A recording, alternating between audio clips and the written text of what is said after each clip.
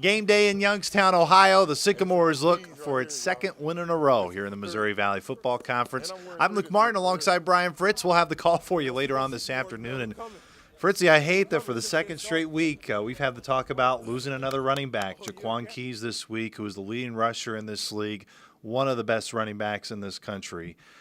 He will be gone for the remainder of the season for Indiana State, just regardless of course, the on-field production we lose in him, but just another week where we just lose another really good kid, a really good person. Yeah, and the kind of year that he was having an All-American type of season.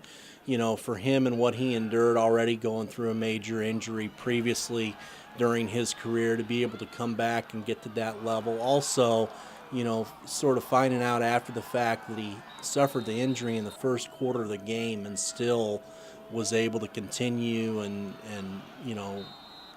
wanted to finish the game and play as much as he did. That just speaks to his level of toughness. And there's no question he's going to be missed. He's been their best offensive player, and we certainly wish him well. And, it's going to be hard to replace him. And you're not going to do it with one guy. You're going to have to do it with multiple people. And, football is a next man up mentality, but it's amazing sometimes how injuries seem like they cluster by position, and all of a sudden this feels like a team that very quickly got very thin at running back, an area that earlier in the year, even as recently as 2 weeks ago, I think you felt really good about your depth at. Coach Chiklinski said it in Coordinator's Corner this week. We still have a really good stable of running backs, like you mentioned. No doubt we'll see more Titus McCoy, Chris Childers as well. But to your point, I think the one thing that this team has always been good at has been that next man up philosophy. You brought up what Keys did the rest of the game on a sore hip. You think of Rontrez Morgan catching basically 9 footballs with a broken wrist against South Dakota State. The way Coach Mallory really runs this program, he treats everybody the same, and we'll see how it happens. This is no doubt going to be a loss, and you can't minimize that. But it's just another chance for somebody else to try a fill void. I think it really says a lot about the coaching staff, how badly these players are wanting to play for them and the effort level that they're giving them right now. And as a head coach and a group of coaches, all you can ask for is for your players to play for you as hard as they can. And this team has done that for this group, and I think that speaks really, really highly and favorably for the coaching staff. Also for the character of those kids that are playing for them as well too.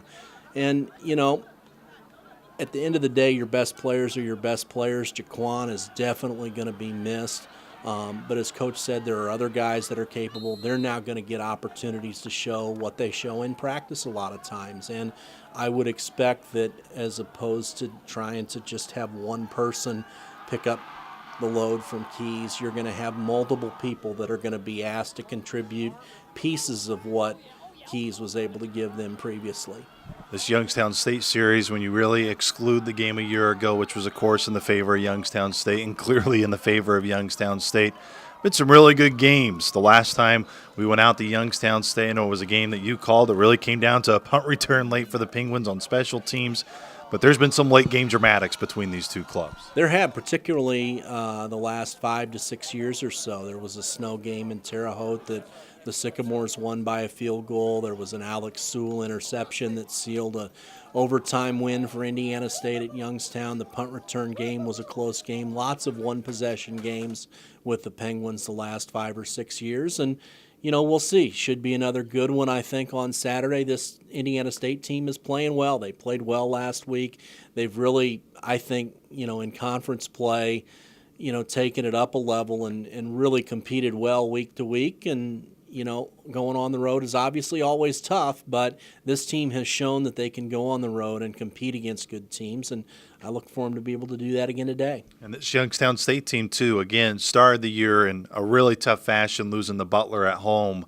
But that's where a lot of people kind of stopped watching them since that point. They're playing their best football of the year. Just beat South Dakota last week, and they're going to be at home, and nothing's really going to change for the Penguins. Nothing will change for the Penguins, and that's a great point about don't look at one game early in the year. Ask Ohio State right now as Purdue gets beat by Eastern Michigan and then just, destroys them. But, same thing with Youngstown State. What happened in September that might as well be last year, because it's a different football team and it's a growing and developing team that's, moving forward as well. And they're coming off a good win over South Dakota. You can join Fritzy and myself today, 1 o'clock Eastern will be Pepsi Countdown to Kickoff.